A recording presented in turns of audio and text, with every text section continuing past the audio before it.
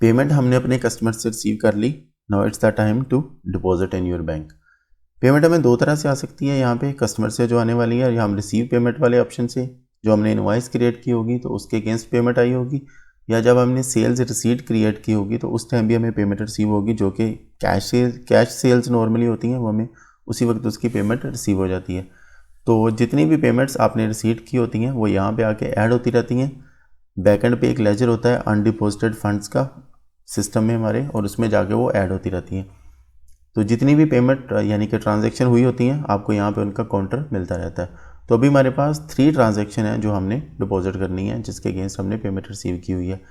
तो record deposit का option आपके पास होम स्क्रीन पे है। यहाँ आप इसको अगर आप बैंकिंग में जाएंगे देन हमारे पास ये एक ऑप्शन है मेक डिपॉजिट का।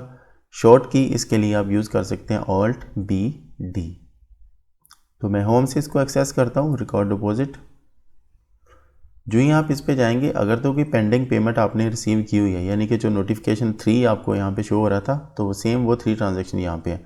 तो अगर तो कोई नोटिफिकेशन शो हो रहा हुआ तो आपको एक ये वाली विंडो पॉपअप होकर यहाँ पे मिलेगी कि आपकी ये वाली ट्रांजैक्शन आपने रिसीव की हुई है।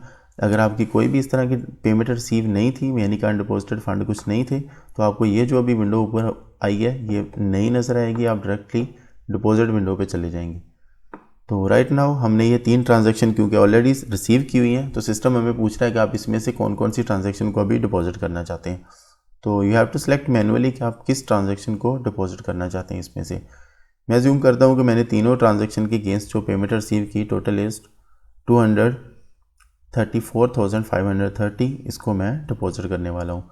तो तीनों ट्रांजैक्शन को सिलेक्ट करके आप यहाँ पे आएंगे, तो जो भी डिटेल जब आपने पेमेंट रिसीव की उस टाइम पे फिल की हुई होंगी वो डिटेल ऑटोमेटिकली सिस्टम यहाँ पे ऐड कर देगा। यानी कि आपने कस्टमर 3 से रिसीव किया, रिसीव करते वक्त ये डिपॉजिट हुआ था अनडिपॉजिटेड फंड में जाके, अब वहाँ से ये निकलेगा ये फ़ंड। ये चेक नंबर थे जो हमने रिसीव किया, पेमेंट मेथड हमारा चेक था और इतनी इतनी अमाउंट थी। तो मेमो आप यहाँ पे ऐड कर सकते हैं अगर आपको अभी कुछ ऐड करना है, नहीं तो डायरेक्टली इट्स अंडरस्टूड कि ये कस्टमर पेमेंट ही रिसीव हो रही है क्योंकि इसके साथ ये कंप्लीट रेफरेंस अवेलेबल है। तो डिपॉजिट टू, आप किस बैंक में इसको डिपॉजिट करना चाहते हैं। Let's say I am going to deposit in bank Alfalah. किस डेट को डिपॉजिट करना चाहते हैं, आई अज्यूम कि यही डेट है, और मेमो आप यहाँ पे कुछ भी ऐड कर सकते हैं जो आप करना चाहें। इसके अलावा कैश बैक गोज़ टू, ये ऑप्शन ऑलरेडी भी हमने डिस्कस किया था। इसका मतलब क्या होता है, लेट्स से ये जो मैं अभी 2,34,000 समथिंग की अमाउंट अभी डिपॉजिट करने जा रहा हूँ, इसमें से अगर मुझे कुछ अमाउंट वापस अपने पेटी कैश में ऐड करनी है या किसी दूसरे अकाउंट में ऐड करनी है, तो बजाय इसके कि मैं इसको सेव करने के बाद दोबारा एक नई ट्रांजैक्शन रिकॉर्ड करूँ, मैं क्या करता हूँ, बैंक में से डिपॉजिट करके फ़ौरन उससे जो अमाउंट निकालनी है उसको यहीं पे ऐड कर सकता हूँ कि कैशबैक वापस मेरा किस अकाउंट में जाएगा। लेट से अगर पेटी कैश में जाना है तो मैं वो चूज़ करता हूँ, मेमो ऐड करता हूँ, अमाउंट ऐड करता हूँ, तो वापस एक बार बैंक में डिपॉजिट होने के बाद वही अमाउंट बैंक से वापस दूसरे लेजर में भी चली जाएगी, यानी कि 2 ट्रांजेक्शन रिकॉर्ड हो जाएंगी। राइट नाउ मुझे कैशबैक नहीं करना, मुझे जस्ट ये अमाउंट डिपॉजिट करनी है, सेव एंड न्यू। तो आपकी वो वाली ट्रांजैक्शन सेव हो चुकी हुई है।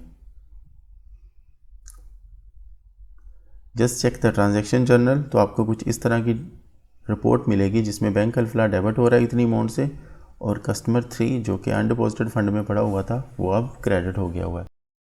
ज़रूरी नहीं है कि आपने ये जो डिपॉजिट वाला ऑप्शन है इसको जस्ट अपने कस्टमर से ही पेमेंट रिसीव करने के लिए यूज़ करना है। जब भी आप बैंक में डिपॉजिट कर रहे होंगे तो आपने मेक डिपॉजिट यानी रिकॉर्ड डिपॉजिट वाला ऑप्शन ही यूज़ करना है। और भी वेज हो सकते हैं, आप ट्रांसफ़र कर सकते हैं अगर एक अकाउंट से दूसरे में कर रहे हैं, या आपके पास जनरल एंट्री का ऑप्शन तो अवेलेबल है, आप उसके ज़रिए जिस लेजर से बैलेंस आ रहा है उसको कम करेंगे, बैंक को इंक्रीज़ कर देंगे।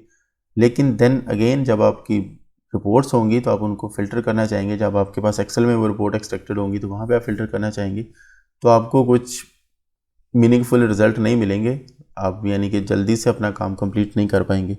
तो अगर आपने एक ही तरीके की ट्रांजैक्शन रिकॉर्ड की हुई है, यानी कि जब भी आप बैंक में कैश डिपॉजिट करते हैं तो आपने डिपॉजिट वाला फंड यूज़ किया, तो आपको रिपोर्ट में एक जो ट्रांजैक्शन टाइप वाला कॉलम मिलेगा एज ए डिपॉजिट ट्रांजैक्शन। तो जो जैसे भी आपने बाद में फिर जस्ट डिपॉजिट वाली ट्रांजैक्शन देखनी है तो आपको उस कॉलम पे फ़िल्टर लगाना है, तो आप सारी डिपॉजिट ट्रांजैक्शन देख सकते हैं। तो इसलिए जब भी आप ट्रांजैक्शन रिकॉर्ड कर रहे हैं, जो जो रिकमेंडेड वेज हैं क्विक बुक के, जस्ट उनको फॉलो करें और एवरी टाइम सेम वे से ही ट्रांजैक्शन सिस्टम में रिकॉर्ड करें। तो रिमेंबर जब हमने अपने जो एम्प्लॉयर हैं उनसे पेमेंट रिसीव की थी तब भी हमने ये वाला ऑप्शन यूज़ किया था, जो कि अहमद और हसीब के अदर नेम्स हमने क्रिएट किए हुए थे। इनसे जब हमने इनिशियल डिपॉजिट रिसीव किया था तब भी हमने ये डिपॉजिट वाला ऑप्शन ही यूज़ किया था। तो इट डज़ नॉट मीन कि आपने जस्ट कस्टमर से पेमेंट रिसीव करनी है, आपको किसी भी बंदे से पेमेंट रिसीव हो रही है, आप डिपॉजिट करने वाले हैं बैंक में, तो आपको मेक डिपॉजिट वाला ऑप्शन ही यूज़ करना है। अगर कोई नेम है तो आप नेम क्रिएट कर सकते हैं, अदरवाइज़ आप नेम वाला जो फील्ड है इसको ब्लैंक छोड़ सकते हैं। मेन चीज़ है आपको यहाँ पे अपना अकाउंट चूज़ करना है कि किस अकाउंट को आप क्रेडिट करना चाहते हैं और देन बैंक को डेबिट करना चाहते हैं। देन मेमो होगा आपका, चेक नंबर और बाकी चीज़ें as it is. So this is the way कि आप कैसे सिस्टम में डिपॉजिट एंट्रीज रिकॉर्ड करते हैं। देन अगर आप डिपॉजिट स्लिप या डिपॉजिट समरी प्रिंट करना चाहते हैं, लेट्स से हमने ये ट्रांजैक्शन सेव किया, तो मैं प्रिंट पे आता हूँ तो डिपॉजिट स्लिप आपको मिलेगी, बट इसकी कोई प्रेजेंटेशन जो है वो मीनिंगफुल नहीं है और ना ही हम इसको अपनी मर्ज़ी से एडिट कर सकते हैं। तो कुछ इस तरह की डिपॉजिट स्लिप, डिपॉजिट जो समरी है स्लिप की सूरत में आपको इस तरह मिलेगी। एनीवेज कुछ दूसरी रिपोर्ट जो है वो स्लाइटली मीनिंगफुल है इससे डिपॉजिट समरी। अगर हम इसको प्रिंट करते हैं तो आपको कुछ इस तरह की एक डिपॉजिट समरी इस डेट की, जिस डेट को आपने डिपॉजिट किया, summary of the deposit to bank Alfalah on 31 July 2020। तो ये check number, payment method, customer और ये जो आपने अमाउंट डिपॉजिट किया उसकी आपको समरी मिल जाएगी।